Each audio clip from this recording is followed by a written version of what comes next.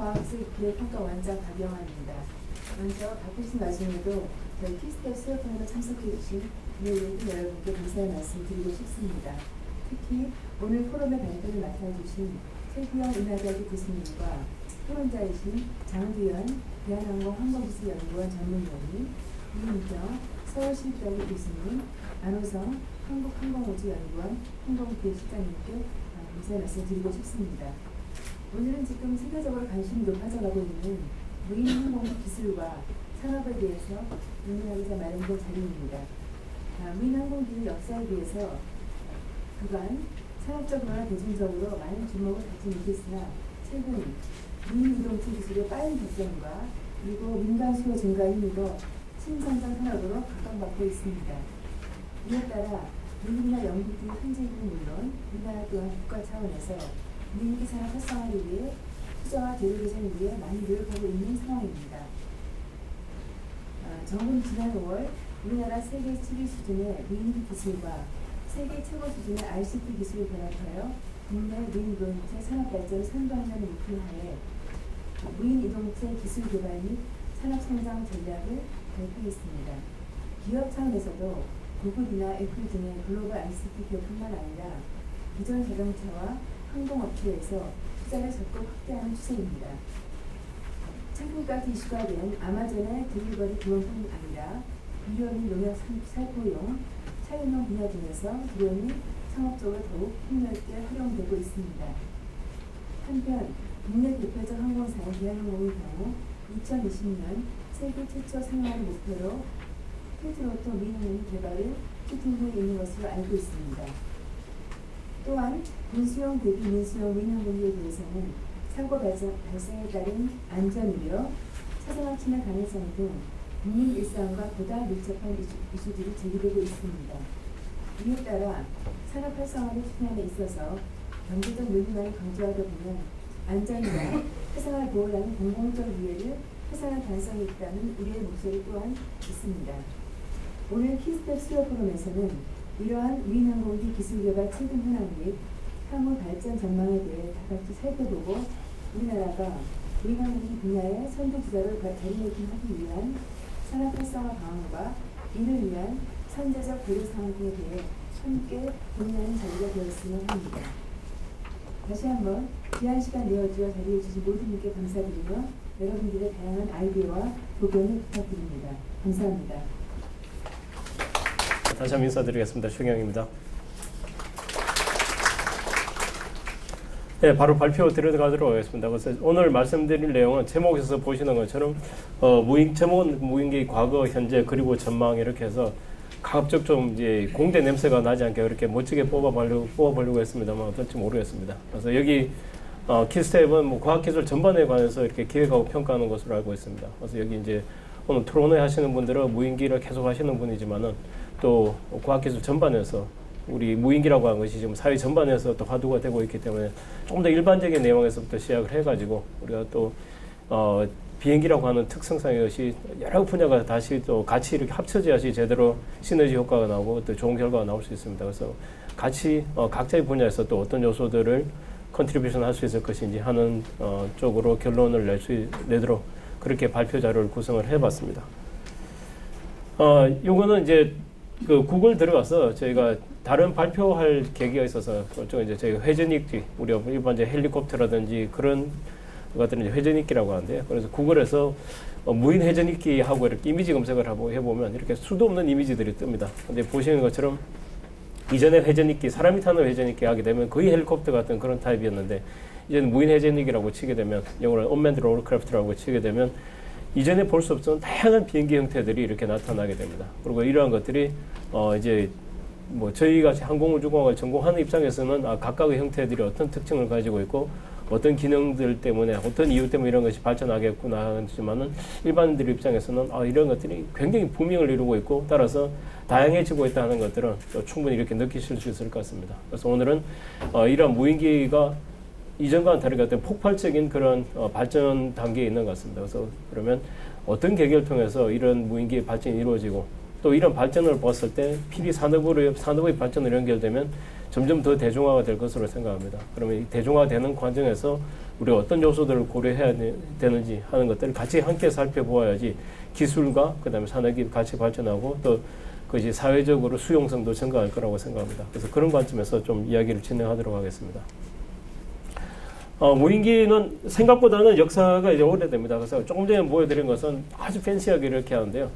그리고 색깔도 다양하고 굉장히 저희가 볼 때는 아주 미적으로도 굉장히 아름다운 그런 것들이 많습니다. 근데 이제 보시는 것처럼 칼라 사진이 없던 시대부터 그래서 만들었습니다. 1903년에 처음으로 인류 역사상 처음으로 이 동력비행에 성공했습니다. 그 전까지는 이제 글라이더 타입으로 해서 그냥 높은 산에서 날개 같은 것을 가지고 이렇게 뛰어내려서 좀 더 먼 거리를 날아가는 그런 방식이었는데 엔진을 달아서 이렇게 처음으로 비행을 한 것이 1903년이고 지금부터 불과 한 110년 정도밖에 되지 않습니다. 그런데 그때 1903년에 날았을 때 라이트 형제가 만든 비행기에 12마력짜리 엔진이 달려 있었습니다. 그 당시로서는 굉장히 고성능의 엔진이었는데 지금은 12마력짜리 엔진 그러면 아주 우습고 뭐 모터도 그 정도보다 훨씬 더 파워풀합니다. 근데 혁신적인 그 당시 혁명적인 엔진을 달아서 날아간 거리가 불과 한 30-40m에 불과했습니다. 그래서 지금의 기준을 보면 그냥 떴다 하는 정도인데 그 당시로는 그것이 이제 센세이션을 일으켰는데 그 정도로 힘든 기술이었던 모양입니다. 그런데 그로부터 불과 한 10몇 년이 지나면서 굉장히 다양한 형태의 비행기들이 나오게 됩니다. 그만큼 사실은 인류가 하늘을 난다는 데 대한 어떤 근원적인 갈망도 있었고 또 다르게는 공중에 떠서 할 수 있는 것이 무엇인가 하는 것에 대해서 그 당시만 하더라도 벌써 거기에 대한 다양한 수요들이 생겨났습니다. 그래서 그 결과로 보시는 것처럼 1910년대에 벌써 무인기들이 나오기 시작합니다. 그래서 이제 그 당시 이제 미국에서 시작하긴 했지만은 거의 비행기 동력 비행에 대한 것은 유럽과 미국이 동시다발적으로 이렇게 여러 나라에서 개발이 되었습니다.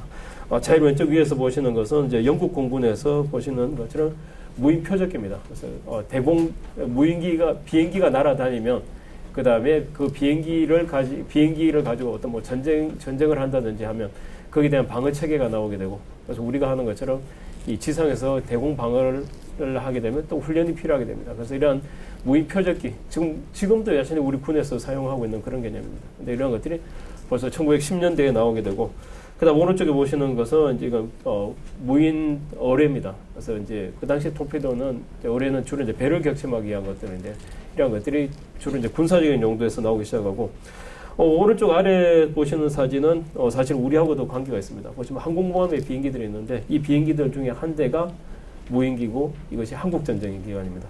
그래서 이미 한국전쟁 기간에 미군에서 이렇게 무인기를 시범적으로 만들어서 운영을 했는데 그 당시 가지고 있는 여러 가지 기술적인 요소나 이런 것들이 완숙하게 이렇게 날릴 수 있는 그런 단계가 아니었기 때문에 어느 정도 발전 한계가 있었습니다만 보시는 것처럼 굉장히 이런 시기부터 시작해서 무인기가 이렇게 발전하기 시작했다는 것이고요.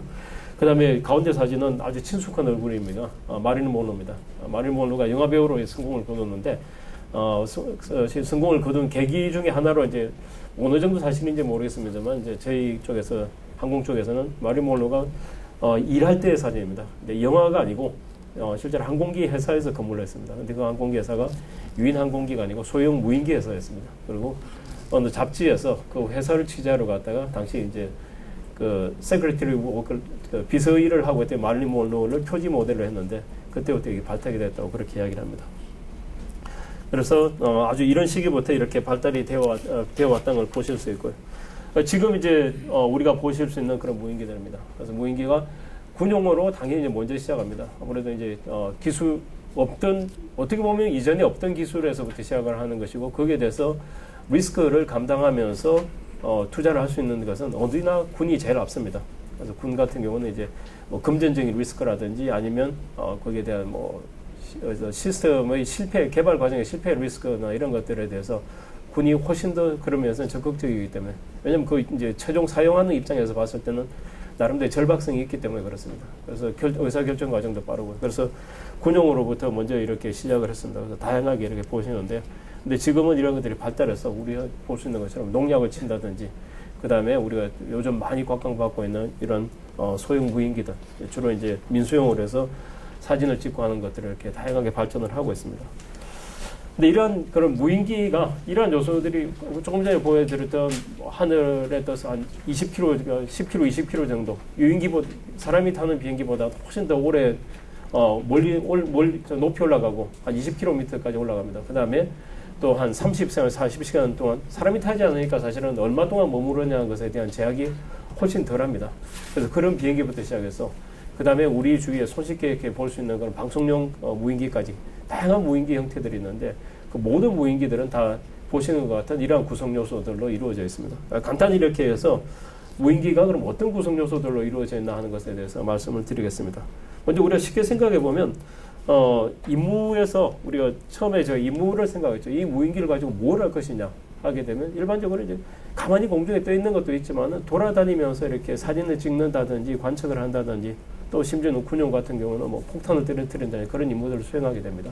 그럼 내가 어디로 갈 것인지 하는 것에 대해서 이제 먼저 생각을 하겠죠. 그 다음에 이제 보면 지금 어디로 갈 것인지 하는 것하고 내가 어디에 있는지 하는 것을 알아야지 방향을 어떻게 전환할지 하는 것을 나타나게 됩니다. 그럼 우리가 이제 내가 어디에 있는지 where am I 라고 하는 것이 우리가 보통 항법이라고 이야기를 하죠. 그래서 가이던스라고 하는 요소로 이야기하고 그 다음 내가 가야 되는 목적지 하고 그다음 현재 내 위치를 비교하게 되면 이제 방향이 나오게 됩니다. 그럼 어느 방향으로 가야 될지 하는 것을 판단하게 되고 물론 이제 이러한 것들이 전부 다 기계들이 판단하게 되는 거죠. 그리고 이러한 과정 판단하는 과정을 우리가 유도라고 이야기를 합니다. 그래서 이제 가이던스라고 하고요. 그다음에 내가 어느 방향으로 가게 할 것인지 그건 비행기를 어떻게 비행기 속도를 내가 원하는 방향으로 가게 할 것인지 하는 것은 또 우리가 제어라고 하는 요소. 그래서 우리가 무인기에서 가장 기본적으로 중요한 요소가 이 세 가지 요소입니다. 항법, 그다음에 유도, 제어. 이 세 가지 요소가 이제 비행적 컴퓨터를 이루는 주 요소가 되는 것이고요.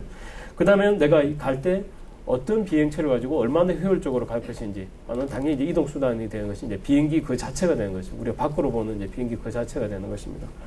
그러면 이제 비행기가 움직이면서 또는 어떤 지역에 갔을 때 임무를 수행하게 되고, 그 다음에 임무를 수행하는 과정에서는 일반적으로 계속 무인기는 거의 이제 실시간성을 가지고 있습니다. 그럼 실시간으로 지상하고 통신을 하고, 그렇게 여기에 이렇게 보여드렸던 이 박스들이 하나하나가 이제 무인기를 이루는 구성 요소가 되고, 항공기를 우리가 보통 시스템 오브 시스템즈라고 이야기를 하죠. 그래서 이 자체가 무인기라고 하는 시스템을 이루는데 이 박스 하나하나가 개별적인 독립성을 가지고 있습니다. 그래서 전체적으로 우리가 하나의 통째로 보지만은 개발할 때의 개발 요소들도 다소의 차이가 있고, 그 다음 이 하나하나가 또 별도의 회사에서 제작이 되게 많이 되기도 합니다.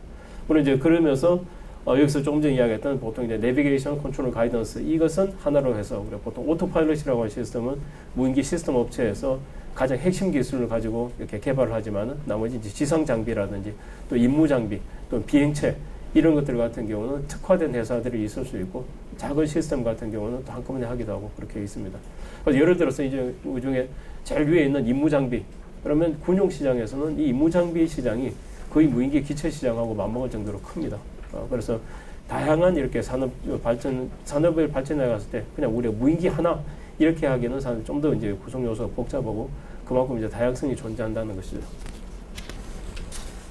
그러면 이 중에서 이제 가장 중요한 것이 사실은 무인기가 혼자서 자기가 이 길을 가야 되는 것이 가장 중요합니다. 그래서 조금 전에 말씀드렸던 그 가이던스 내비게이션 컨트롤인데, 우리 앞에서 이제 비행기가 1903년에 처음 날았다고 했는데, 제일 위쪽 왼쪽 사진에 보시는 것이 1914년에 스페리라고 하는 사람입니다. 보시면 사진에서 보시면 이제 사람이 한 사람이 이렇게 날개에 타고 있죠. 근데 좀 더 자세히 사진을 보시면 가운데 조종사가 앉아 있는데 조종사가 손을 놓고 있습니다. 이것이 아까 비행기가 1903년에 나온데 1914년의 일입니다. 그래서 스페리라고 한 사람이 한 것인데 파리 에어쇼입니다. 그래서 지금도 파리 에어쇼는 아주 세계에서 제일 유명한 에어쇼인데, 파리 에어쇼에 와서 자기가 만든 비행기를 타는데 이제 2인승입니다. 그러면 비행기를 하는데 처음에 손을 놓고 가죠. 그 전까지는 나는 것만으로도 신기했는데 스페리는 아주 혁명적인 발상을 합니다. 그래서 비행을 하면서 군중이 모여 있는 앞을 소위 말하는 데모 비행을 하는 거죠. 조종사가 두 손을 다 들고 하니까 사람들이 막 박수를 치는 거죠. 그 다음에는 한 번 더 지나가면서는 한 사람이 나와서 이렇게 가고, 그 다음 세 번째는 자기마저 나와서 양쪽으로 사람들 조종석에 아무도 앉지 않고 하는 것이 1913년의 기술인데, 이 스페리의 아버지가 어떤 사람이냐면 자이로 콤파스를 만드는 사람이었습니다. 자이로 콤파스는 우리 배에서 이렇게 방향을 우리가 그 전까지 나침판이 이제 주 기능이었는데요.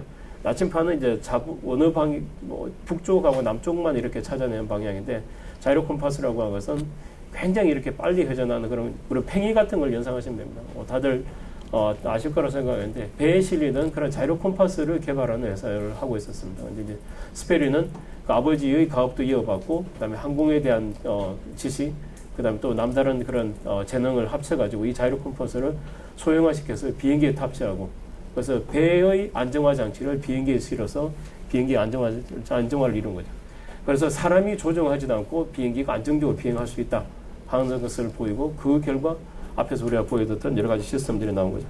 그런데 이러한 것들이 이제 우리가 이전에 써있던 시스템들입니다. 물론 이제 자이로 오른쪽에 링레이저 자이로라고 하는 것은 그 전까지는 다 기계식으로 되어 있는 것인데, 지금 링레이저 자이로는 이 레이저 광선을 쏘서 레이저 광선이 매제를 통과할 때 이 가만히 있는 움직임이랑 이제 양쪽 길을 보내는 거죠. 그래서 빛을 양쪽으로 이렇게 스플릿을 시키는데, 그것이 가만히 정지해 있다고 하게 되면 우리가 아시는 것처럼 매질에서 균일한 매질에서는 빛의 속도가 일정한데, 이것이 회전하고 있게 되면 빛의 속도가 달라지게 됩니다. 그래서 그 차이를 이제 간섭계를 통해서 이것이 어느 방향으로 회전하고 있냐는 것을 찾는 것이 윙레이저 자이로고, 윙레이저 자이로는 지금도 여객기 같은 데서 이제 보편적으로 사용됩니다.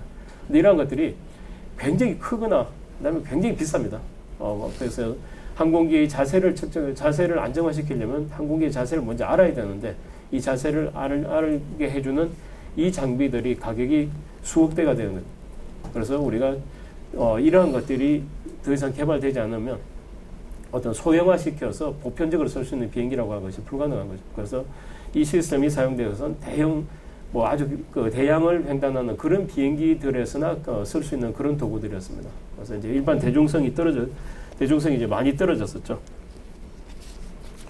그런데 이제 보면 지금 같은 이제 무인기의 발전을 이루게 되는 거, 제가 봤을 때는 1990년대가 제가 이제 그 학위를 1980년대, 90년 초에 이렇게 박사학위를 했었는데, 90년대에 보게 되면 미국 대학들을 중심으로 해서 대학 레벨에서 무인 비행기를 만들자 하는 것들이 본격적으로 보이기 시작했습니다.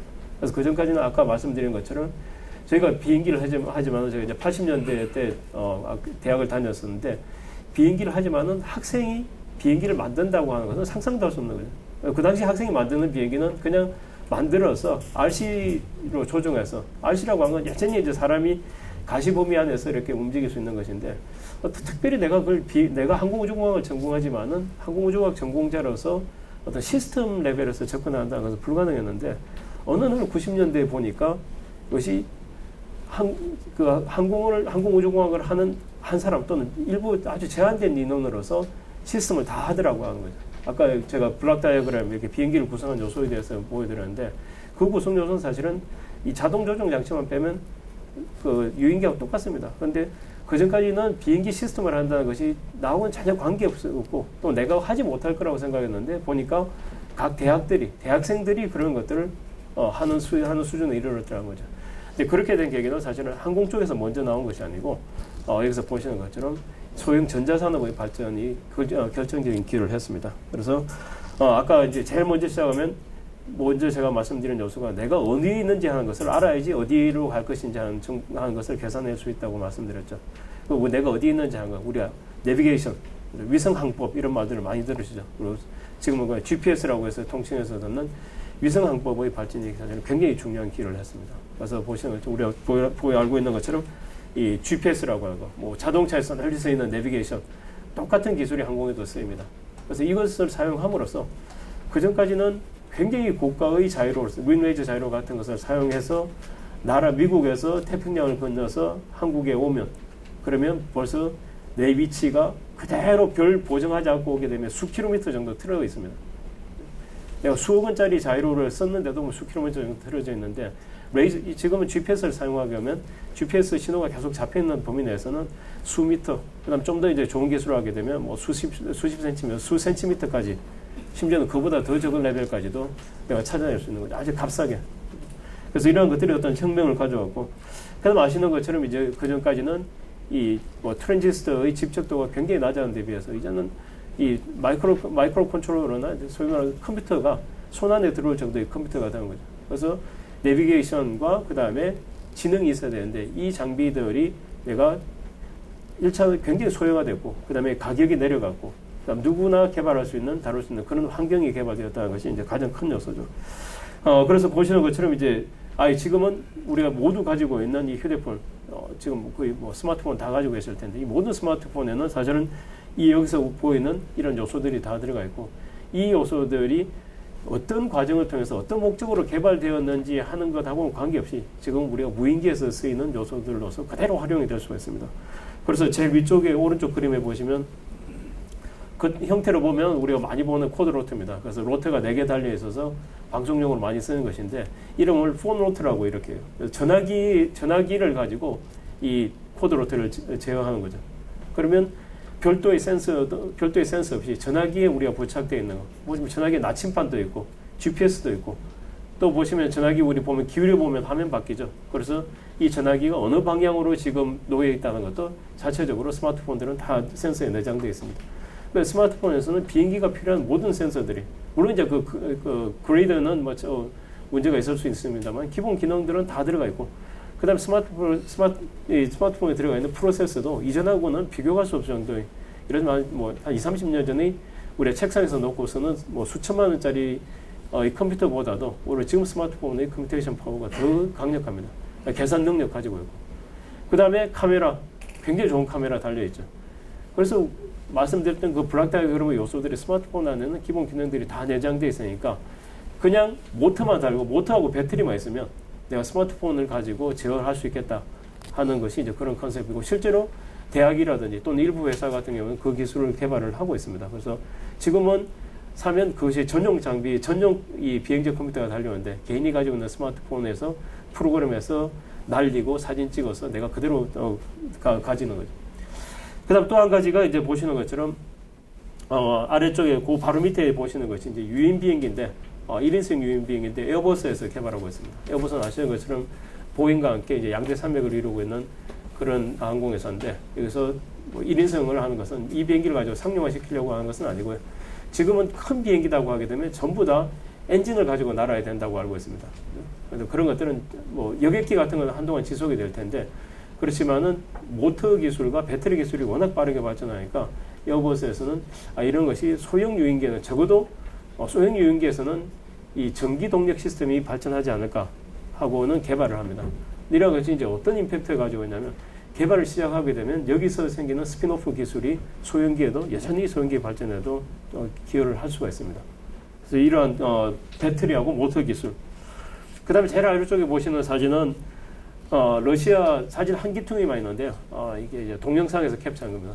뭐냐면 러시아 에어쇼 고계단 공중 비행 고계단 비행인데 여기에 이 사람들이 꼬리 날개에다가 에어쇼 장면을 촬영하는데 우리가 지금 많이 보는 고프로라고 하는 비디오 카메라입니다. 고프로가 처음에는 단순히 취미용에서 이렇게 나왔거든요.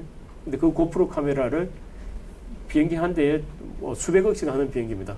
그죠? 그리고 굉장히 급격한 기동을 해서 이전에는 비행기 그러면 모든 것들은 전용이고 무지무지 비싼 장비들이 실려야 된다고 생각하는데 그런 것들은 일반용으로 개발된 비행기 카메라를 붙여가지고 굉장히 멋진 영상을 만드네요.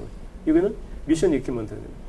그래서 이제는 그 기술의 바텀하고 그 다음에 탑의 기술 차이가 점점 기술 차이가 격차가 줄어든다고는 말씀을 못 드리겠는데 그 바텀 테크놀로지 가장 기본적인 기술 자체의 성숙도가 워낙 올라가서 우리 이전에서는 아주 고가의 탑 레벨에서의 기술들이나 부품만 가지고 사용 가능했던 것들이 이제는 이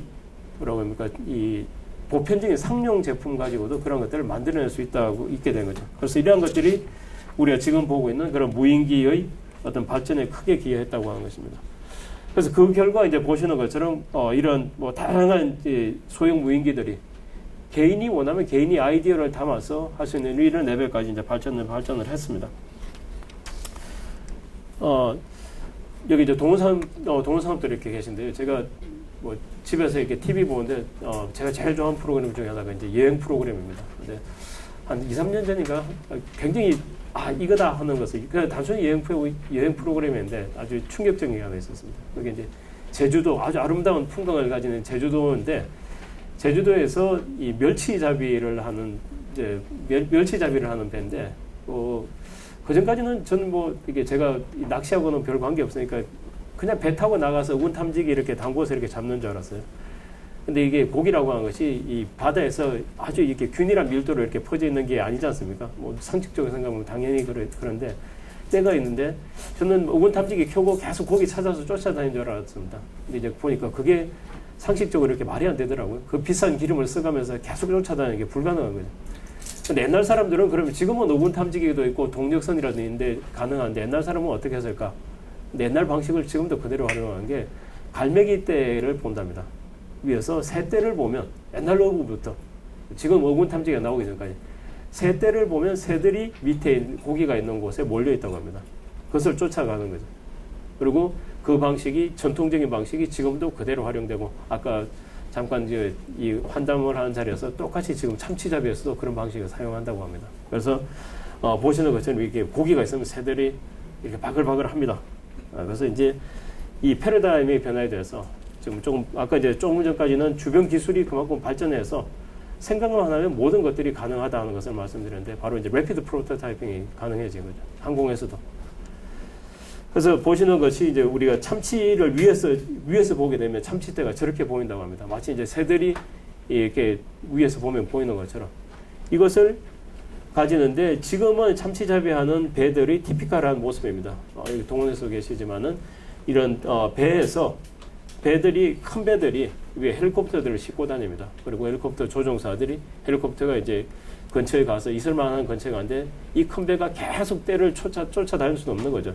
그리고 배는 그렇게 또 빠르지도 않고 하니까 기름 소모도 많고 그러니까 쫓아다니고 아니면 지난번에 뭐 호주 같은 데서는 이제 그 해안가 쪽에다 이렇게 고정으로 배치하기도 하더라고요. 근데 우리는 이제 참치대가 있는 곳이 우리가 워낙 머니까 보통 배가 이렇게 싣고 헬리콥터를 싣고 다니는데 이 유인기가 사실은 운영하기가 일단 크기도 크고 만만치 않은 거죠.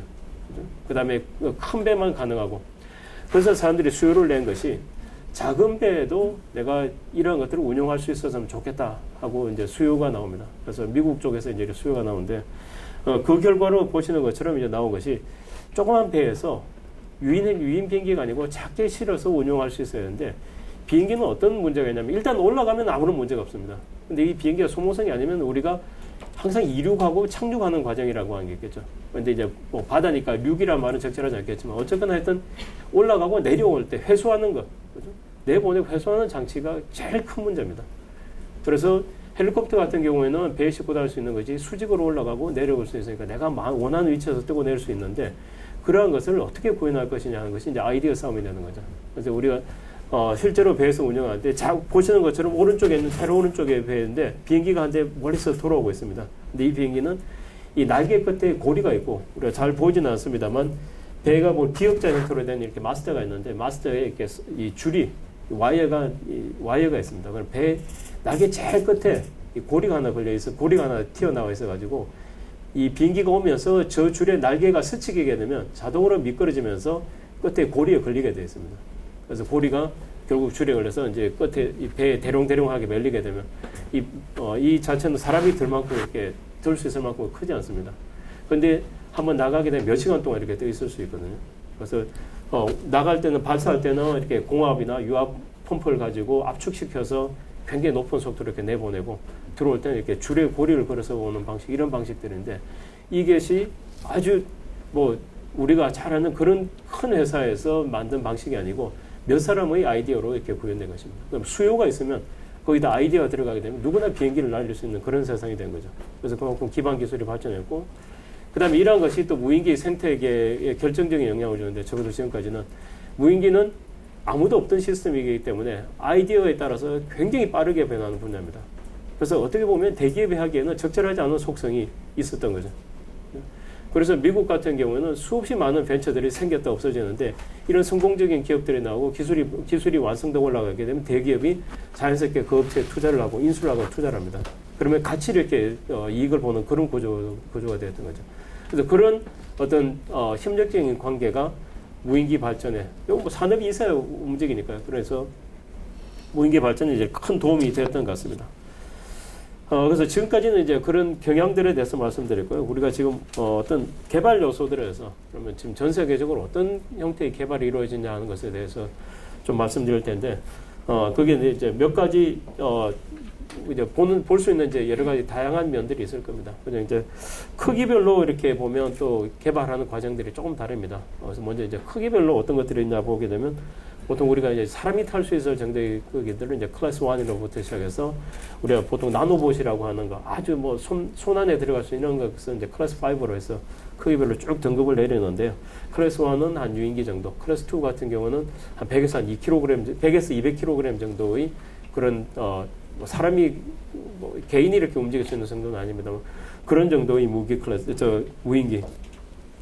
그다음 클래스 3이나 4 같은 경우에는 우리가 보통 이제 합의용으로 옛날 같은 게 많이 쓰던 그런 정도고 클래스 5 같은 경우는 아주 작은 그런 무인기들입니다. 그래서 간단하게 말씀드리면 이 클래스 1 같은 경우에는 보시는 것처럼 대한항공에서는 그런 작업을 수행하고 있습니다만 유인기와 무인기 복합 형태가 가장 대중적입니다. 그래서 아무래도 크기가 크니까 내가 굉장히 장기간에 걸쳐서 임무를 수행하고 있고 또 복잡한 임무를 수행할 수 있고 그다음에 또 오랫동안 머무를 수 있고 그런 여러 가지 큰 장점들이 있는데 이러한 것들 같은 경우 대신에 가격이 굉장히 비싸기 때문에 단순한 임무에서는 이런 것들을 잘 넣지는 않습니다.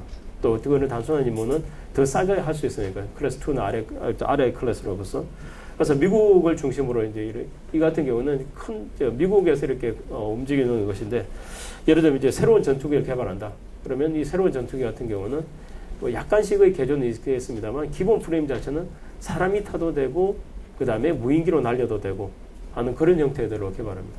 왼쪽에 헬리콥터 보이는데요. 헬리콥터가 사람이 타는 헬리콥터인데 사람이 타고 있는데 조종관을 잡지 않습니다.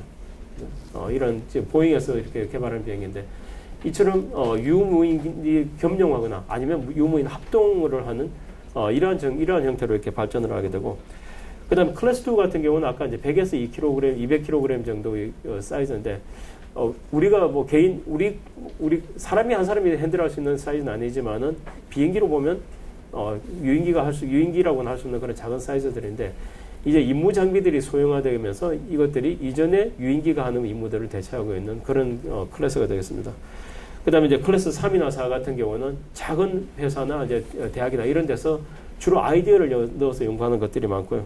그다음에 클래스 5 같은 경우는 아주 작은 정밀한 부품들, 소형 부품들을 사용해서 쓰는데 이런 것들은 이제 군 정찰용으로 이렇게 개발되는 것들입니다. 그 다음에 이제 형태를 보게 되면 조금 전에 이제 크기별로 이렇게 있는데 형태는 또 이제 우리가 보시는 것처럼 이렇게 다양한 그림들이 있습니다. 근데 이런 형태들 같은 경우는 보면 제가 보통 쉽게 이야기하는데 이제 old idea, new technology입니다. 사람의 이 지식은 이렇게 그렇게 혁명적으로 발전하는 것 같지는 않습니다. 아까 말씀드린 것처럼 비행기가 한 100년, 110년 역사, 무인기 역사는 한 100년의 역사입니다. 한 10년 차이 나는데 그러다 보니까 유무인기에서 다양한 형태의 비행기 형상들이 시도가 되었습니다. 그런데 그것이 성공을 거둔 것들은 그렇게 많지는 않은데 근데 지금 와서 보시는 것처럼 옛날에 1930년대, 40년대에 나왔던 형태들의 지금 거의 유사한 형태로 다시 시도를 하고 있습니다. 왜냐하면 이전에는 받쳐주지 않았던 여러 가지 주변 기술들이 지금은 소형화되고 고성능화되면서 받쳐주기 때문에 그렇게 해서 새로운 또 패러다임을 만들고 있습니다. 그 다음에는 이제 주변 기술 아까 말씀드린 것 같은데 저는 이제 항공우주공학을 전공한 입장에서 비행기의 날개를 어떻게 이 날개의 형상을 어떻게 개선하게 되면 성능을 어떻게 향상시킬 수 있을지 그 다음에 비행기를 구조물의 재료를 어떻게 바꾸면 성능을 어떻게 향상시킬 수 있냐 하는데 그 성능의 향상이 괄목할 만합니다. 예를 들면 지금 우리가 사용하고 있는 여객기 같은 경우에는 한 20년 전 엔진에 비해서 연료 소모율이 한 20% 이상 절감됐습니다. 그러니까 비행기 회사들이 뭐 대한항공이나 이런 회사들이 자꾸 비행기가 여전히 쓸만한데도 비행기를 바꾸는 이유가 내가 지금 바꿔주는 것이 오히려 물론 이제 버리지는 않겠죠. 다른 쪽인데 더 부가치 낮은 쪽으로 활용할 텐데 바꿔서 연료를 절감하는 것이 오히려 더 경제적이라고 하기 때문에 계속 새로운 비행기들을 삽니다. 괄목한데 그것이 한 해 이렇게 개선된 효과들을 보게 되면 1%, 2% 미미합니다.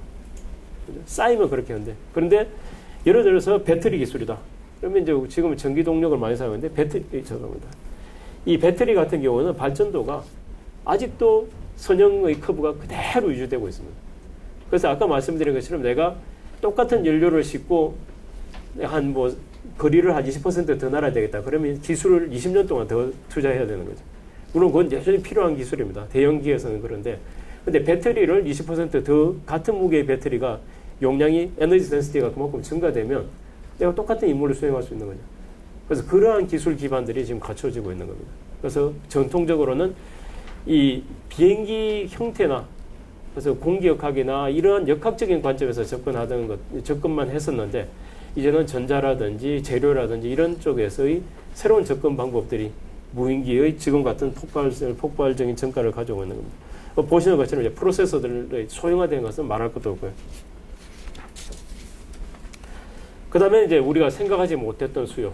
지금 여기 이 같은 경우는 지금 제일 아래쪽에 나와 있는 것은 이제 실제로 데모 영상입니다. 그래서 우리가 응급 키트를 가지고 도시에서 사람이 이렇게 쓰러졌을 때 우리가 제세 심박동기라고 해서 보면 여기나 이런 데 군데군데 있지 않습니까? 근데 이제 그건 아무래도 고전된 장소에 있으니까 사람이 그 근처에서 환자가 발생했을 때 유용한데 그것을 뭐 무한히 이렇게 많이 설치할 수 없는데 이러면 도심에 뭐 제한된 개수만 설치한다 하더라도 이것이 몇 분 내면 다 도달할 수 있기 때문에 이런 것 같은 경우는 굉장히 유용하게 사용될 수 있을 것 같고요. 그 다음에는 우리 고속도로에서 예를 들면 사고가 났다. 이럴 때는 무인기가 아주 빠르게 우리가 현장에 가고 그 다음에 환자를 이송해서 결정적으로 생명을 보호한다든지 그런데 도움이 되지 않을까 하는데 무인기가 민간 영역에서 발전할 것이 확실치되는 분야는 제가 볼 때는 이러한 것들이지 않을까 싶습니다. 그래서 이전에 우리가 생각하지 못했던 그런 수요에 따라서 수요가 있으면 자연스럽게 아까 보시는 것처럼 수요가 있고 아이디어가 있으면 비행기는 만들어지는 세상으로 바뀌었습니다. 그래서 이러한 것들이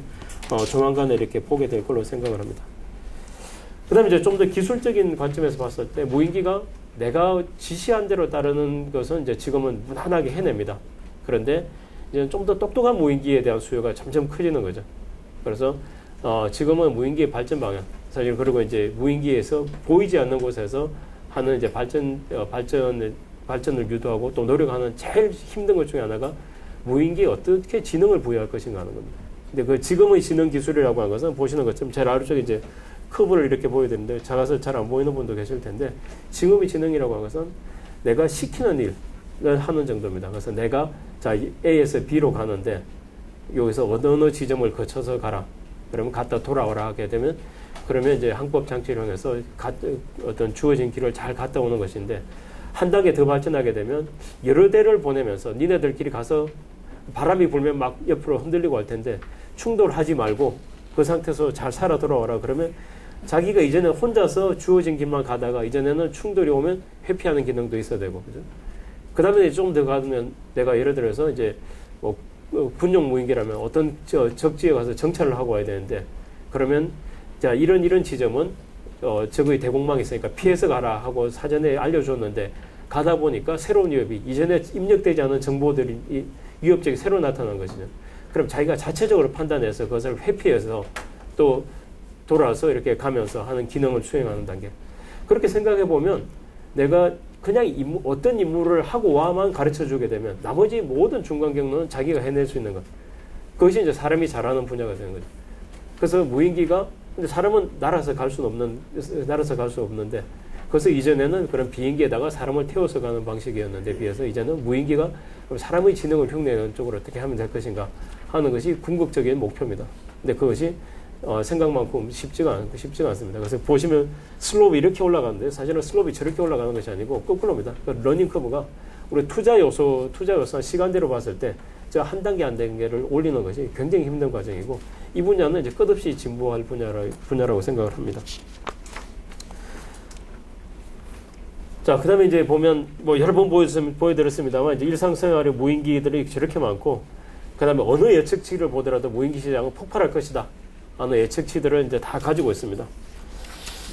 그런데 여기에 대해서 그럼 우리 무인기가 왜 이렇게 폭발할 것인지 하는 것에 대해서 폭발적인 성장세, 그다음 이것이 이제 우리 일상으로 들어왔을 때 어떤 효과가 있는지 하는 것에 대해서 한번 좀 이야기를 해봐야 될 겁니다. 그래서 기술만 놓고 보게 되면 앞으로 무한히 이렇게 발전할 것 같은 것처럼 보입니다. 물론 이제 그 시기의 문제가 있긴 있겠습니다만 이게 우리가 뭐 다시 무인기가 없는 시대로 돌아오고 그러지는 않을 겁니다. 우리가 이제 저 여기 제목을 이제 Effect of Third Dimension이라고 했습니다. Third Dimension이라고 하는 것은 자 여기 경주자만 이렇게 그래서 보면 아주 아름다운 담장인데 이 담이라고 하는 기능은 옆에 지나가는 사람들로부터 내가 사생활을 사실 보호받고 싶은 거죠. 그래서 보시면 사람이 이렇게 걸어가는데 보면 뭐 담이 항상 있으니까 점점 이제 내가 내 집안에서는 적어도 사생활을 이제 보호되는 거죠. 근데 이게 좀 키가 큰 사람이라면 이제 문제가 전혀 달라지겠죠. 담이라고 하는 것이 별로 의미가 없어집니다. 이게 바로 이제 제가 트러스트 매니저는 거예요. 이제는 우리가 다 평면에 대해서 붙어 다니니까 내가 A라는 지점에서 B라는 지점으로 갈 때는 그냥 길 따라 노예는 길 따라 가면 되는 것이고 평면에 따라 움직이니까 답만 하나 세우면 내가 개인이 원하는 프라이버시를 다 그대로 침해받지 않고 살 수가 있었던 거죠.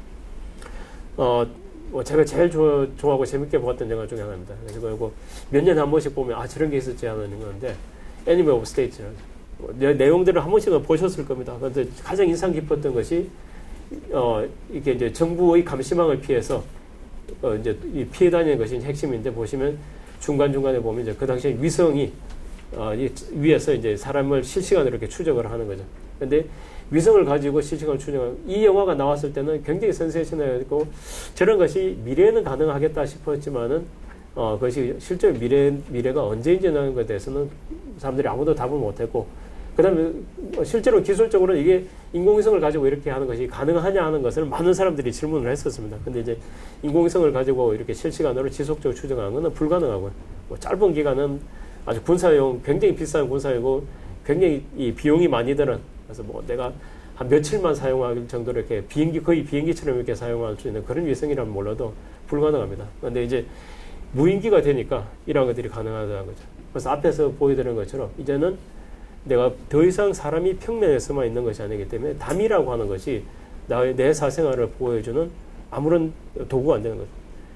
그러면 인공위성을 가지고 누가 설사 관측을 한다 하더라도 그것이 내 눈에 보이지 않고 또 비행기가 돌아다닌다 하더라도 이제는 내가 비행기가 돌아다니는 길이라든지 그 다음에 또 횟수나 이런 것들이 제한적이기 때문에 사람들이 자기 프라이버시에 대해서는 그렇게 생각하지 않았습니다.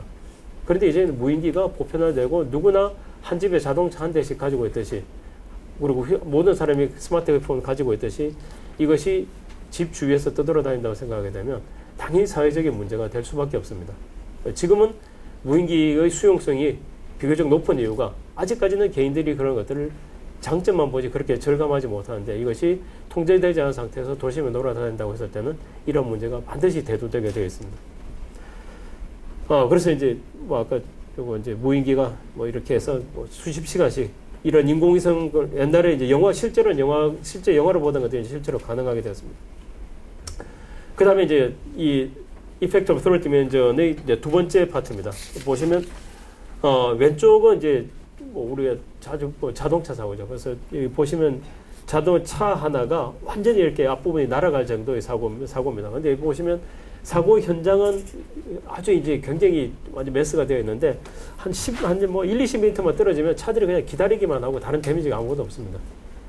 근데 오른쪽은 1988년에 독일 에어쇼에서 이태리 공군이 에어쇼에서 이렇게 비행을 하다가 이때 비행기의 충돌이 있었습니다. 그래서 비행기가 이제 그때 세 대인가 이렇게 부서졌는데요. 이때는 70명의 사람이 죽었습니다. 에어쇼 하나에서. 그러니까 우리가 지상에서 다니는 차라고 하는 같은 이동 수단인데 차가 예를 들면 사고가 나왔을 때의 그 데미지의 이 전파되는 범위하고 그 다음에 공중에서 날아다니는 이 비행기들이 예를 들면 사고가 일어났을 때 데미지의 영역하고는 차원이 다르다는 거죠. 그래서 이러한 것들이 우리가 공중에 날아다니면서 것들이 가지고 올 수 있는 그런 것들에 대해서 우리 영향들에 대해서 살펴봐야 되는 요소들입니다. 우리 영화 여기 보시면 스타워즈도 있고 그다음에 제우 원수도 있고 여러 가지 이제 그다음에 마이너리티 리포터 이런데 영화에서 나오는 미래의 교통수단입니다.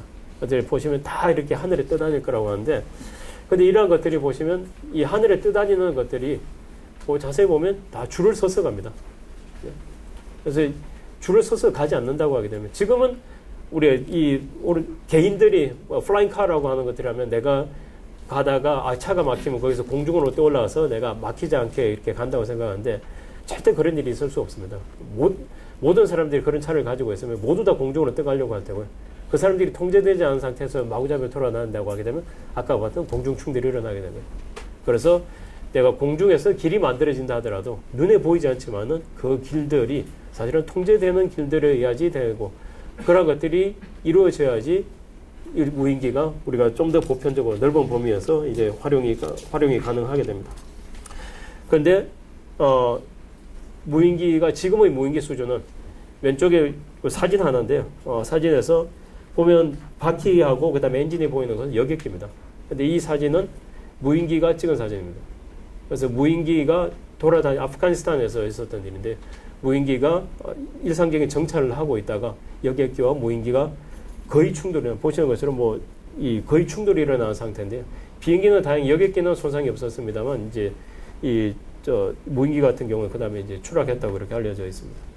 근데 이런 수준으로 되어 가지고는 우리가 수용할 수 없다는 거죠. 오른쪽은 이 수만 마리의 새들이 날아다녀도 이 새들끼리 서로 충돌해서 일부는 그런 일이 있겠습니다만 아직 우리가 가야 될 점은 저 정도의 신뢰성이 있어야지 본격적으로 받아들일 수 있고 또 우리가 기술을 개발하는 방향이 바로 이러한 사회적 수용성을 증가시킬 수 있는 이러한 요소 기술들이라고 하는 겁니다. 마지막 슬라이드입니다. 그래서 보시는 것처럼 사실 무인기의 전망을 보게 되면 여러 가지 요소 발전적인 전망들이 있을 수가 있습니다. 그래서 처음에 이제 90년대 때 지금 같은 소형 무인기가 태동이 된 것 보게 되면 그것은 주변 기술의 발전을 해서 임무 장비라든지 그다음에 안에 들어가는 핵심 장비들이 지속적으로 그것이 이제 처음부터 이제 시작이 됐고 또 그러한 주변 기술들의 발전은 단지 무인기만을 위한 것이라면 그 정도 아니겠습니다만 아직 우리가 보는 이 스마트폰이라든지 이런 것을 보시는 것처럼 이제는 그런 소형 전자기술들의 발전이라고 하는 것은 산업 전반에서의 화두이고 트렌드이기 때문에 그러한 것에 따라서 차이니 무인기도 혜택을 볼 것으로 생각합니다. 그만큼 이제 발전의 가능성은 크고요. 그 다음에 이만큼 발전하게 되면 이제 성능이 좋아지면 이전에는 생각하지 않았던 수요까지도 딱 등단해서 같이 발전하게 됩니다. 그래서 서로 이렇게 상보적으로 이렇게 발전을 하는 그런 트렌드가 지속이 될 거로 생각합니다. 그래서 무인기 시장은 기존의 대형 항공 산업에서 하고는 전혀 다른 방향으로 이렇게 발전할 거로 생각합니다. 그래서 아주 작은 단위부터 대기업까지 이렇게 고르게 발전할 수 있는 요소들이 있습니다. 그래서 아이디어 위주의 이제 소규모 업체들이 지속적으로 증가할 것이고, 그 다음에 이런 업체들을 가지고 전 세계 시장을 가지고 상대 시장을 만든다는 것은 또 한계가 있습니다. 그러면 이제 대기업들하고 자연스럽게 이렇게 콜라보레이션이 돼야지 적절할 것 같습니다. 동시에 이제 우리가 해결해야 될 과제들은 있습니다. 그것이 뭐냐면 사생활 보호라든지 안전을 위한 규제. 그래서 우리가 무인기 개발을 위해서는 모든 규제를 철폐해야 된다고 하는데 사실은 저는 거기에 대해서는 좀 다른 생각을 가지고 있습니다. 지나친 규제는 문제가 있지만은 우리의 일반적인 사회적 수용성으로 볼 때 무인기가 안전 문제에 대해서 지금보다 훨씬 더 많아져가지고 안전 문제를 일으킨다고 하게 되면 필연적으로 과도한 규제가 들어올 수밖에 없습니다. 그래서 미리 대비하는 수준에서 적절한 안전장치, 항상 사고가 있을 수밖에 없다는 것, 사고는 늘 있을 수밖에 없습니다. 그래서 거기에 대한 대비책이 있어야 됩니다.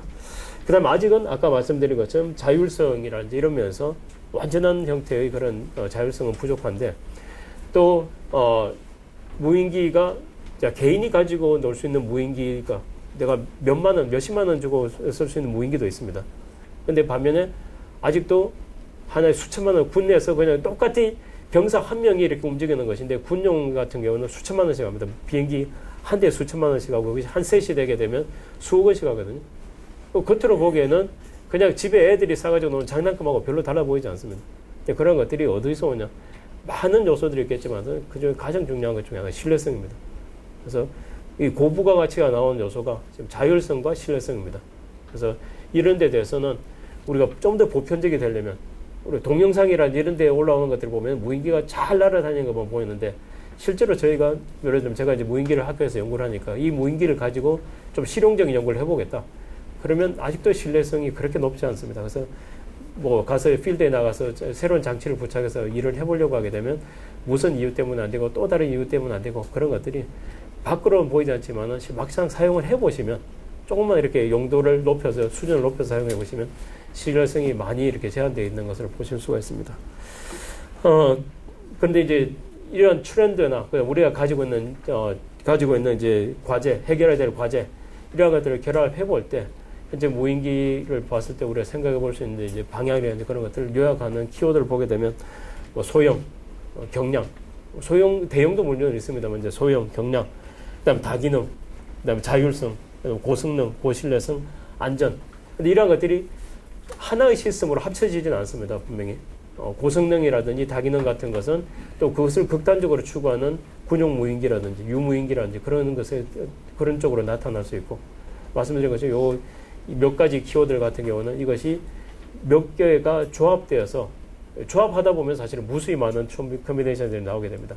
그러한 것들이 하나하나의 별도의 섹터를 연결해서 굉장히 다양한 형태의 개발 주체라든지 또는 개발 컨소시엄의 형태라든지 또 무인기 다양한 형태의 그 무인기라든지 그러한 것들이 나올 것 같습니다. 그래서 마지막으로 이렇게 무인기가 제가 이제 항공우주공학을 전공하는 입장에서 여기 나와서 이렇게 자리를 하게 됐습니다만 실제로 학교에서 보게 되면 더 이상 항공우주공학을 하는 사람들의 말의 전문용어이 아니고 이제는 주변 산업들이 모두 합쳐서 이렇게 발전할 수 있는 그런 진정한 융합 분야인 것 같습니다. 그래서 그런 관점에서 다양한 사회적 관심이나 지금 이런 자리들이 굉장히 좀 보편화되고 서로 아이디어들을 이렇게 많이 교류할 수 있는 그런 것들이 되면 좋겠고 선진국들의 발전을 보게 되면 바로 그러한 움직임들이 아이디어를 아까 보시는 것처럼 말씀드린 것처럼 래피드 프로토타이핑 할 수 있는 그런 환경들이 많이 이렇게 보편화되게 되면 그런 다양한 형태들이 좀 더 빨리 발전할 수 있을 것 같습니다. 네, 이것으로 제 발표를 마치겠습니다. 감사합니다. 교수님께서는 육군사관학교를 졸업하셨고요. 고려대에서 안녕하십니까. 대한항공기술연구원에서 무인항공기 개발 전략을 자문하고 있습니다.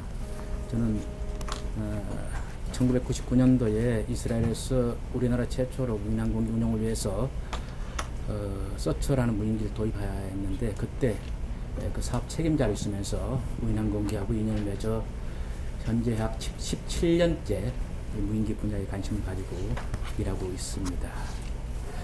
저도 오늘 최 교수님을 통해서 많은 것을 배웠습니다.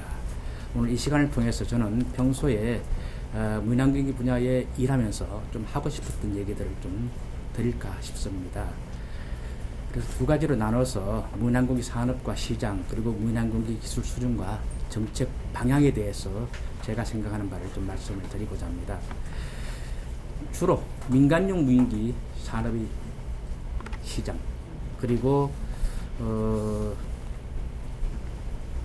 또 기술 수준 정책 방향에 대해 말씀을 드릴 텐데 무인항공기라 하는 것이 원래 이 군사적 필요성에 의해서 개발 및 또 운용되어 오면서 대형 전쟁들을 통해서 빠르게 성장하고 시장 발전이 되어 왔었습니다만 최근에 대형 전쟁들이 소강 상태에 접어들면서 군사용 시장의 성장 속도는 둔화되고 소형 무인기를 중심으로 한 민간 시장이 다양한 용도로 활성화되고 있습니다.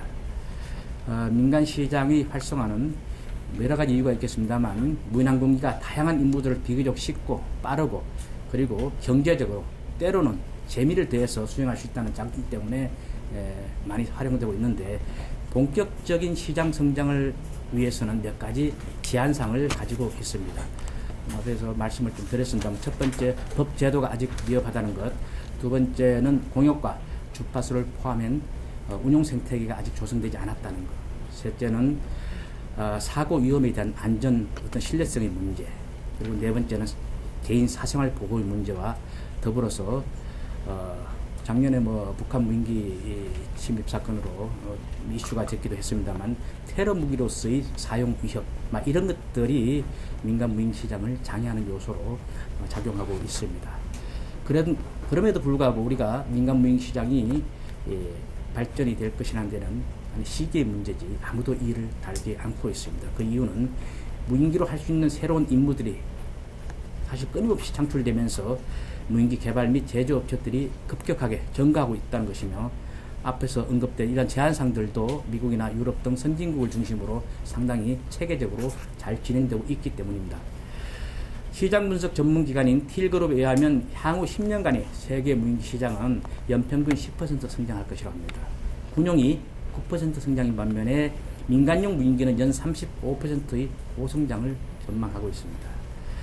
그러나 민간용 무인기 시장이 보다 본격적으로 활성화될 수 있는 시기는 전문가들은 무인항공기가 유인기와 같은 공역에서 함께 운용될 수 있는 그런 국가 공업이 통합되는 시대, 그때가 될 것으로 보는데, 그것이 2025년 전후가 되지 않겠냐라고 전망을 하면서 2030년 전후가 되면 아마 군사용 무인기 시장 규모를 민수용 무인기 시장이 넘어서지 않겠냐는 전망까지도 하고 있습니다.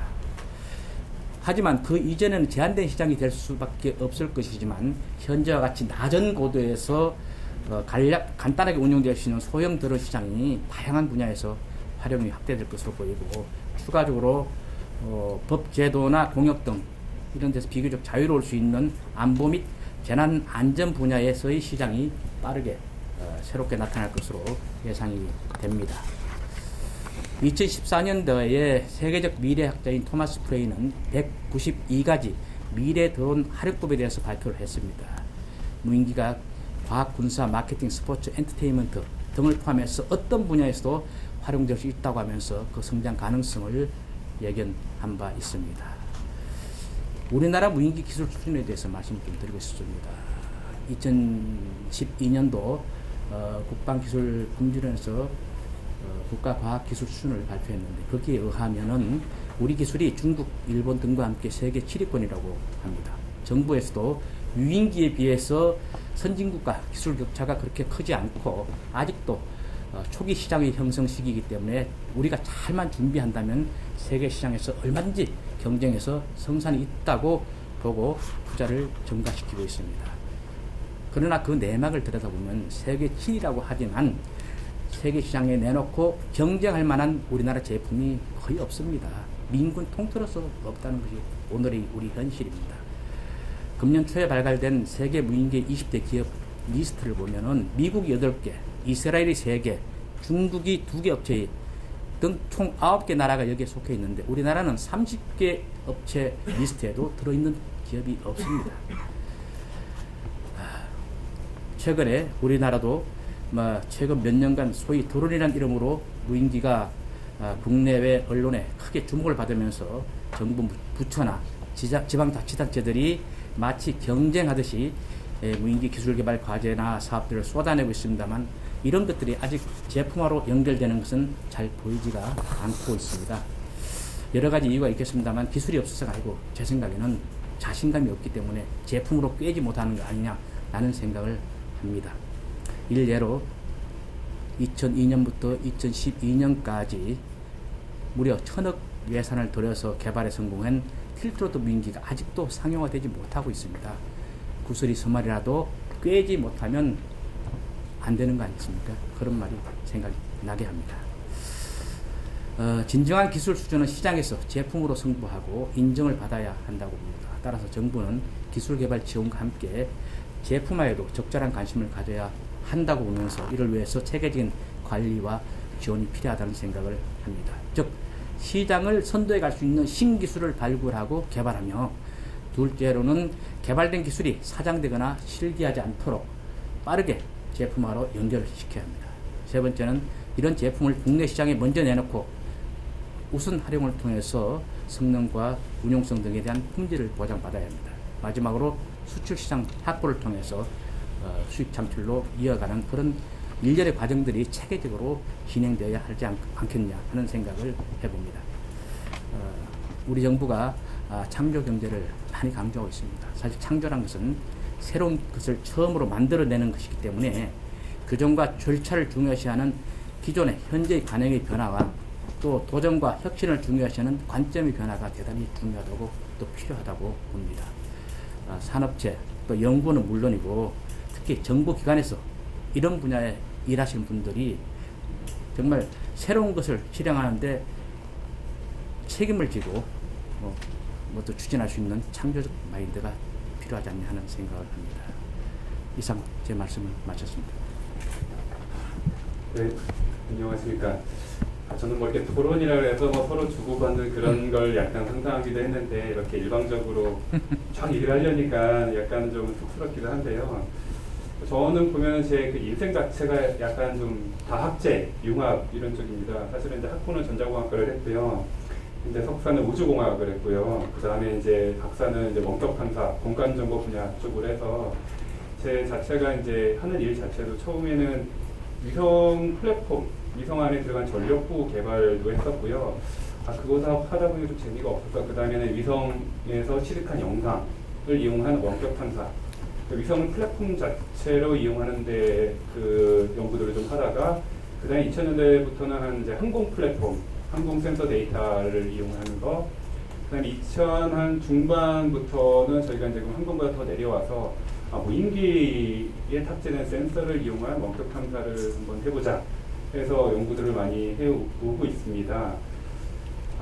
이제 좀 전에 이렇게 여러분 많이 말씀하셨는데, 뭐, 군수 시장 쪽은 약간 이제 증가세가 조금씩 둔화되는 추세에 있고요. 그 다음에 이제 여러 막 뉴스나 미디어에서 이제 무인기, 인수 시장의 어떤 빠른 증가세를 갖다가 예측하고 있는데요. 뭐 제가 보기에도 여러 가지 이제 법 제도적인 정비랑 그 다음에 여전히 많이 남아있는 그 요소 기술의 혁신이 이제 일어난다면은 이제 빠르게 성장할 거라고 이제 생각이 듭니다.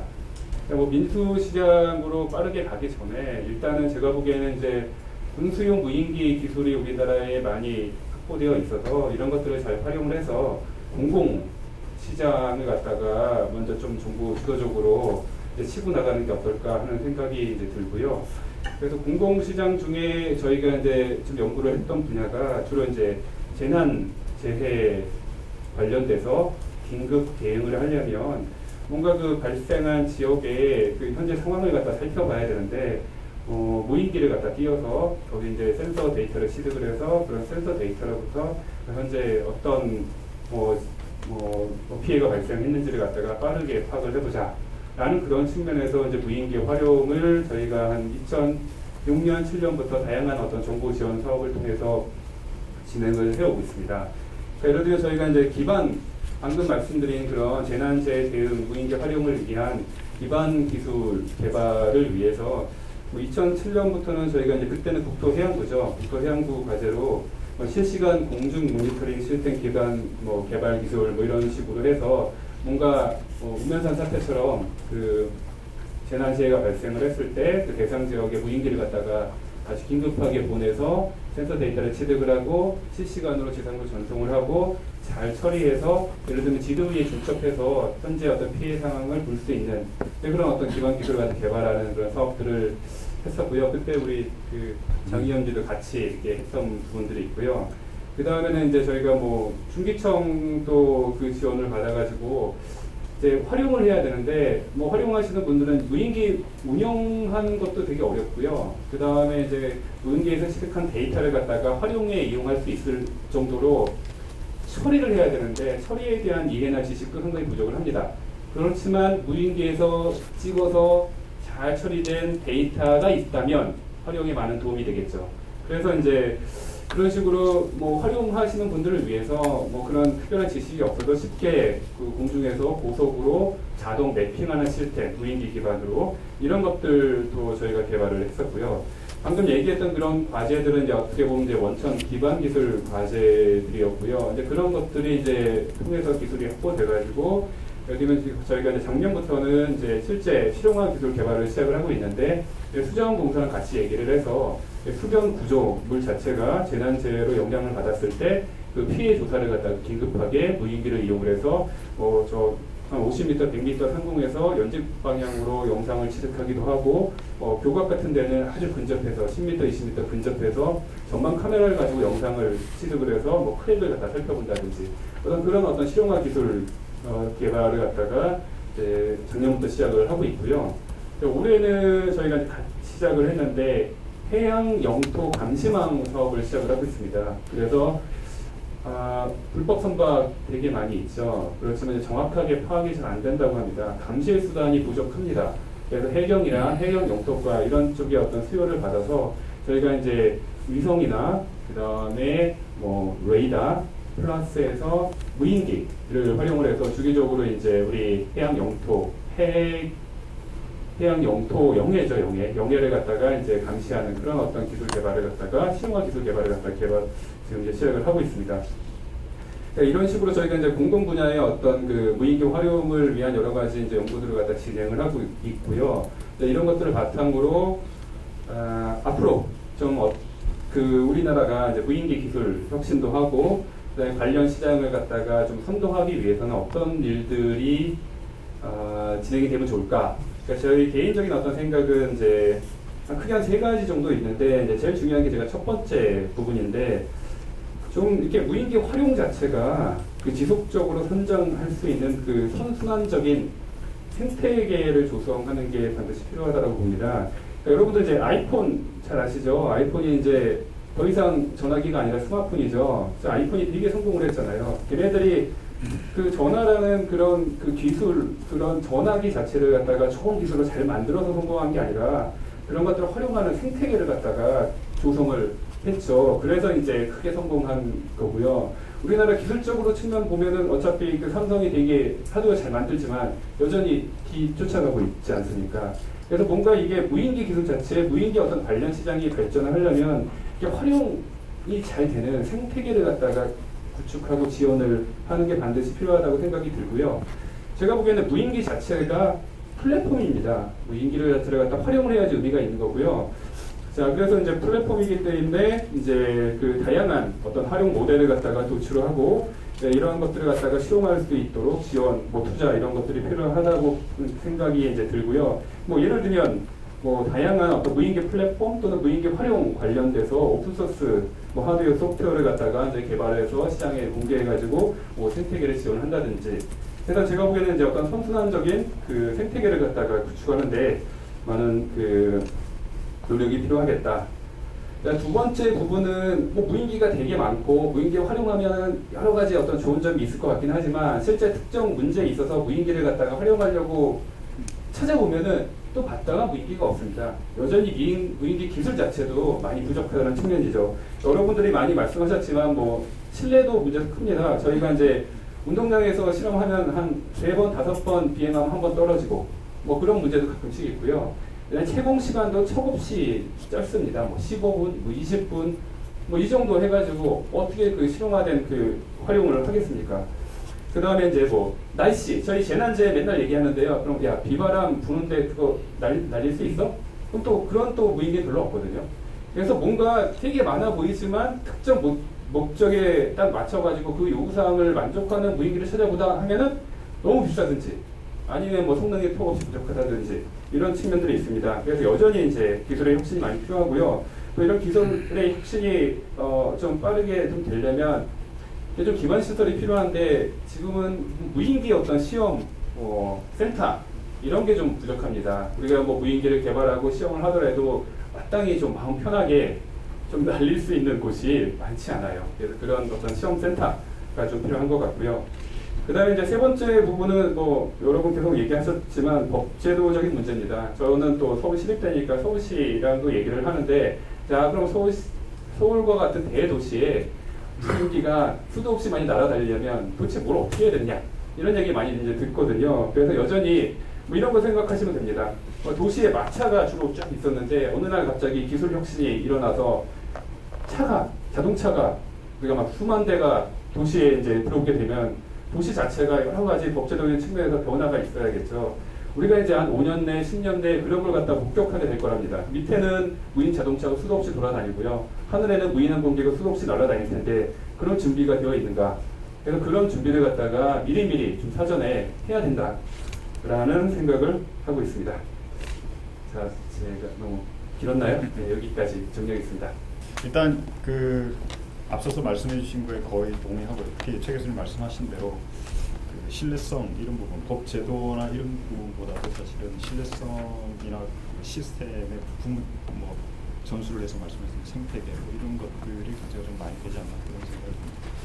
무엇보다 지금 무인항공기가 갑자기 주목받고 중국이 성공 사례가 생기고 2006년 만들어진 DJI사가 5천억 매출을 굉장한 선순환에 있습니다. 5천억 매출을 할 뿐 아니라 거기에 달려있던 핵심 카메라인 고프로 카메라, 그 미국 카메라인데 이제는 그 바잉 파워를 가지고 후방 통합을 하는 거죠. 그 카메라마저 중국이 국산화해서 신산업을 계속 일으켜가는 이노베이션이 중국에서 일어나고 있습니다. 문제는 중국에서 탑재한 그러한 그 드론의 부품들이 대부분 중국산이에요. 거기 들어가 있는 소형 모터, 배터리, 프로펠러, 모든 게 또 통신 장비까지. 그리고 계속 진화를 해서 지금 통신 장비는 어느 수준까지 와 있냐면은 GPS 신호뿐 아니라 러시아의 글로벌 포지셔닝 시스템인 그 글로나스의 그 신호까지 왔습니다. 그래서 미국이 군용 드론도 아닌데 GPS 신호가 끊어져도 안전하게 자기 위치를 인식하고 통신할 수 있는 그런 수준까지 그런 통신 장비를 그 민간용으로 아주 싸게 만들어서 시장을 지금 확보하고 있고 새로운 경쟁자가 진입하기 어려운 그런 모델으로 가고 있죠. 그래서 기술 이노베이션이 굉장히 빠르고 5개월마다 새로운 모델이 나오는데 어떻게 쫓아갈 거냐 고민이 많이 필요한 부분입니다. 그래서 저는 사실은 무인기가 이렇게 갑자기 주목을 받을 때 가장 먼저 필요한 것은 정부가 좀 이전과 다른 패러다임으로 긴장하는 게 필요하지 않을까. 특히 많은 그 무인기 관련된 포럼도 있고 보여주는 행사도 있지만 개발 프로그램도 부상되고 있지만 조금 더 전략적인 접근을 위해서 많은 전문인들의 어떤 고민과 협력이 필요하지 않을까. 특히 무인항공기 시장이 굉장히 크갈 건 뻔합니다. 당연합니다. 그건 미래학자들 모든 학자들이 익숙하게 얘기하는데 그 시장 전체 규모보다도 시장을 가장 기본적이죠. 비즈니스 전략을 할 때는 시장을 세그멘테이션을 해요. 그 다음에 이미 시장 진입이 어려운 거랑 우리 역량으로 가능한 거. 그래서 타겟팅을 해야 되죠. 타겟팅을 하면서도 우리가 어떤 전략으로 산업을 키워갈 건가 그런 형태로 해야지 무인항공 전체 시장으로 보는 거는 조금은 사실 우리에게 너무 그 희망적인 미래를 보는 게 아닐까 그런 부분도 듭니다. 특히 비즈니스 마인드가 필요한 게 무인항공기 자체도 여러 가지 혁신적인 모델이 나오지만 사실 무인항공기가 하고자 하는 그 서비스 예를 들면 그 농장부를 하겠다, 뭘 하겠다 이런 건데 그런 서비스를 과연 효과적인 비용 대 효과 면에서 서비스 비용을 충분히 맞출 수 있는가 이걸 상당히 고민할 필요가 있지 않을까 생각이 듭니다. 국내 업체의 이제 제도에 관련해서 언론에서 많이 얘기가 되는데 얼마 전에 제 이름이 그 곤란하게 언론에 왔었습니다. 제도 때문에 무인항공기가 잘 성장을 못한다라는 거를 제 이름을 빌어서 이제 서울경제에서 냈는데 사실은 제가 그렇게 말한 게 아니라 그런 의견도 있을 수 있다고 했는데 그걸 아주 결정적으로 했더라고요. 그래서 제가 이제 전화로 항의도 하고 그럼 그 말을 한 사람이 누구냐 기업체냐 제가 또 추적해 봤습니다. 그래서 그 바이로봇 사장님께 전화를 해서 정말 제도 때문에 산업이 안 크냐 그분 대답은 그게 아니었어요. 제도보다는 사실은 핵심 부품을 해외에 의존하든지 우리나라에서 고사양을 만들려고 하니까 공공 수요가 보장이 되지 않는 겁니다. 그래서 뭔가 도전하기는 힘들고 해외나 뭐 국내 시장 조금 있는 그 싼 것들을 만들기는 뭐 괜찮은데 부품을 해외에 의존하니까 또 뭔가 성장의 한계가 있고 이런 애로거든요. 그래서 산업의 정확한 니즈를 정책적으로 좀 산업과 소통하고 정확한 그 육성 전략을 구분하는 게 필요하지 않나 생각이 듭니다. 저는 세 가지를 제안을 드리는데 이런 환경에서 아까 세그멘테이션을 말씀드렸는데 소형 무인항공기 또는 소형 드론 영역이랑 중형 무인항공기 그 다음에 중대형 무인항공기 이 부분을 나눠서 국가 전략을 가져가야 된다고 생각합니다. 첫 번째로 좀 전까지 말씀드린 소형 드론은 이미 국가가 지원하지 않은 상태에서도 많은 업체들이 자생적으로 생겨났습니다. 하지만 경쟁력이 없죠. 해외에 많은 부품들을 의존하니까. 초소형 무인기 항공기에서는 경쟁력 있는 업체들이 생겨납니다. 우리나라가 소형 전자부품이나 이런 데서 장점이 있지만 하지만 그 부분도 여전히 중국의 빠른 기술력 성장 때문에 위협받고 있는데 저희가 강한 부분이 있습니다. 배터리, 모터 기술, 뭐 센서 이런 부분도 소형화하는 기술에 있어서는 우리가 강점이 있습니다. 그래서 이 부분들이 항공 부품으로 진화할 수 있도록 생태계를 만들어준다는 게 그냥 이런 핵심 부품만 만들어주면 많은 기업체들이 생겨나서 경쟁력을 가질 수 있게 이렇게 도와주는 게 좋지 않을까 생각되고 그 중에 아까 말씀하신 시범 사업이나 이런 것들도 포함됩니다. 그 다음에 그 중형급을 보면은 그 플랫폼을 선점하는 그런 기술이 중요하지 않을까. 무인항공기는 결국 점점 커지면서 화물 수송이나 이러한 그 많은 활용도가 높아지게 되는데 사실은 그 무인항공기를 만드는 데 들어가는 핵심 그 보드, 센서들 중에 성능이 좋은 것 이런 것들을 타겟팅을 해서 저희가 모든 포트폴리오로 가져갈 수 없지만 플랫폼을 타겟팅을 해서 저희가 국산화하고 업체들의 제공서 이것도 마찬가지로 생태계가 생겨날 수 있게 하는 것이 좋지 않을까 생각합니다. 중대형에 있어서는 아까 장재훈 위원님이 잘 말씀해 주신 대로 우리가 이미 국가 지원으로 그 많은 무인항공 개발 사업이 있습니다. 성공적인 개발이 있는데 이거를 사업화할 수 있도록 어떤 충분한 그 제도적인 안정적인 지원 장치 이런 것들이 필요하고 그 중에서도 뭐 어떤 기금이나 이런 걸 조성해서 항공부문의 어떤 기금이 상당히 약한데 기금이 조성이 되면은 뭔가 그 새로운 2012년대 이 사업이 끝나고 나서 사업하기 위해서 뭔가 그 또 다른 정부 사업을 기다리고 예타하고 이러느라고 3년, 4년 이렇게 흘러가 버리는 거예요. 그 시간 동안 미싱되는 기회가 있다는 거죠. 예를 들면 스마트 무인기가 끝났을 때 저는 이거는 당군 이래로 굉장히 놀라운 사건이었다고 생각했는데 미국 시콜스키사가 한국을 찾아왔습니다. 너희들이 이걸 어떻게 개발했냐. 그리고 개발했다라는 걸 보고 나서는 미국의 이 비즈니스 모델을 파트너십을 하자 이렇게 제안을 했습니다. 3번이나 왔습니다. 근데 그걸 사업화할 그게 없었죠. 2002년 그냥 끝나버렸습니다. 지금 뭐 3년, 4년 시간만 흘러가죠. 그래서 사실은 굉장히 안타까운 상황인데 기술 개발을 군에서도 다양하게 하고 있고 민에서도 하고 있지만 그게 세계 시장으로 나아가기에는 조금 더 성능이 개량이 돼야 되고 신뢰성이 개량이 돼야 되고 이런 부분을 할 수 있는 어떤 그 조금은 다른 트랙의 지원 사업 이런 것들도 좀 부흥이 일어났으면 그 예로서 기금을 말씀드렸는데 조금 더 좀 활성화가